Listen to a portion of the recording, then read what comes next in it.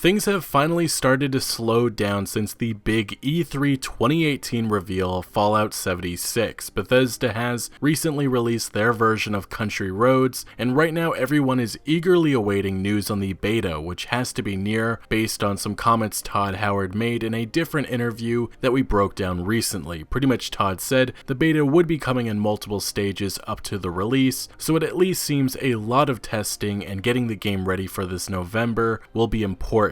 But today we've actually got some more information and news to go over. First, Todd Howard has continued to discuss this game with journalists. Again at Games Lab 2018, Todd spoke to Jeff Keighley, in which he mentioned a few very interesting things about Fallout 76. Todd would again discuss their vision for mod support for Fallout 76 and the hope that players can have their own custom private servers. This would lead to Jeff Keighley asking, what role will you and the team play in that moving forward? When you look at Fallout 76, are you thinking about year 2, year 3 of a plan, how it will evolve? Todd would respond saying, we're definitely going to create our own stuff. We have a cadence in mind. We'll see how it goes.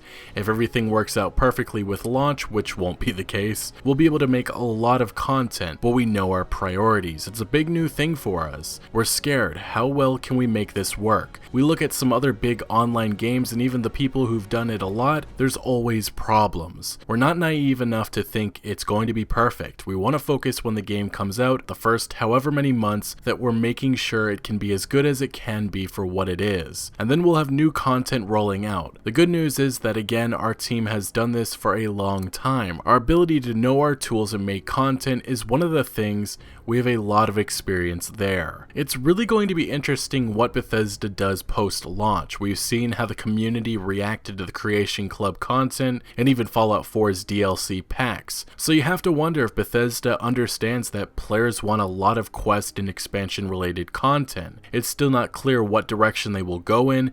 Will it be a lot of camp or settlement mode related content? Will there be a lot of new weapons and outfits based on maybe a certain holiday or event? Will there be new game modes like you see in many other multiplayer games? Or maybe will we see new stories to uncover and take part in? That's something that still is not clear, and I'm not quite sure Bethesda even can answer that question, at least yet. Now to another interview, this time done with GamesIndustry.biz, again at Games Lab 2018, Todd Howard was very firm that Fallout 76 and the online focus is not the future of Bethesda game studios, saying, it doesn't mark the future. Corporately, we've done a mix. People forget sometimes. Elder Scrolls Online is one of the biggest online games in the world. We have Fallout Shelter, which we keep updating, and Elder Scrolls Legends. Anyone who has ever said this is the future and this part of gaming is dead has been proven wrong every single time. We like to try it all. For a long time we wanted to try a multiplayer game and we had this idea. We shouldn't be afraid, we should try it. You know, Todd's right. Every time someone like Electronic Arts makes some boneheaded comments and decisions about single player games, they've been proven wrong by titles like God of War and Detroit Become Human. I think the thing is, some companies like BioWare and Rockstar Games only messed with multiplayer minimally in the past, but once the mode started to take off, they did not turn back. Obviously, Todd has made it clear this is not going to happen, but that has been the worry. But next, something I found very interesting was other game developers sharing their insight into developing online games and giving a sort of pep talk and warning to Bethesda game studios. Recently, PC Games N spoke to a few notable game devs, the first being Gary Newman, head of Facepunch Studios, who's developed one of the biggest online survival games ever, that being Rust. We've heard a lot of leaks claiming that Fallout 76 was alike to this game, so it's kind of interesting hearing Gary actually give his insight on this. And he would say, I can't imagine they'll do a worse job than us. The only big thing really is cheats.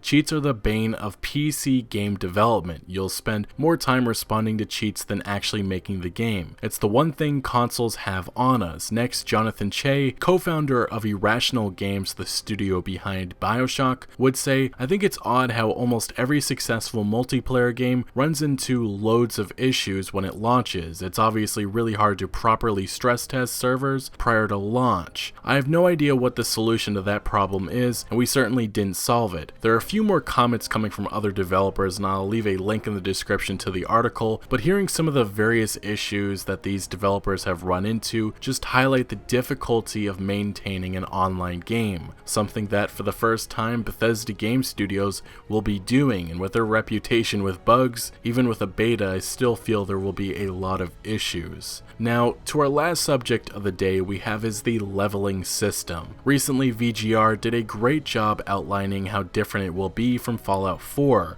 We obviously still have the same categories with strength, perception, endurance, charisma, intelligence, agility, and luck, the core categories, but it has been expanded and changed in Fallout 76. Now, as we reach a new level in Fallout 76, we receive a perk point that you can spend on one of the core categories like strength or perception. In Fallout 4, you'd just pick an ability under that core category on a chart, but in Fallout 76, when you spend a perk point, what will be displayed are 3 different perk cards under a specific category. Each of these cards offer a different perk with 3 ranks for each, and players choose a single card to invest the perk point in and keep. But unlike Fallout 4, where you could have unlimited abilities, or I guess you could say perks, in Fallout 76 you have a limited number of perk card slots, so it seems you'll be swapping out perks a lot to fit your playstyle. Now, with your perks like in Fallout 4, you can upgrade them. An example of that is on the screen right now, with there being a 3-star rank as the best one you can get. But I will say this makes a lot of sense, especially since having everyone run around with the same abilities would be boring, and by doing this, it truly opens the door to playing the game in many different ways. Anyway, it seems there will be a ton of perks to choose from, which will hopefully mean all players running different setups. But we discussed a lot of information today, and I want to know what your thoughts are in the comment section below. But thank you for watching. Make sure to leave a like if you did enjoy this video or found any informative value, and consider subscribing for much more Fallout 76 content to come, and I'll see you later.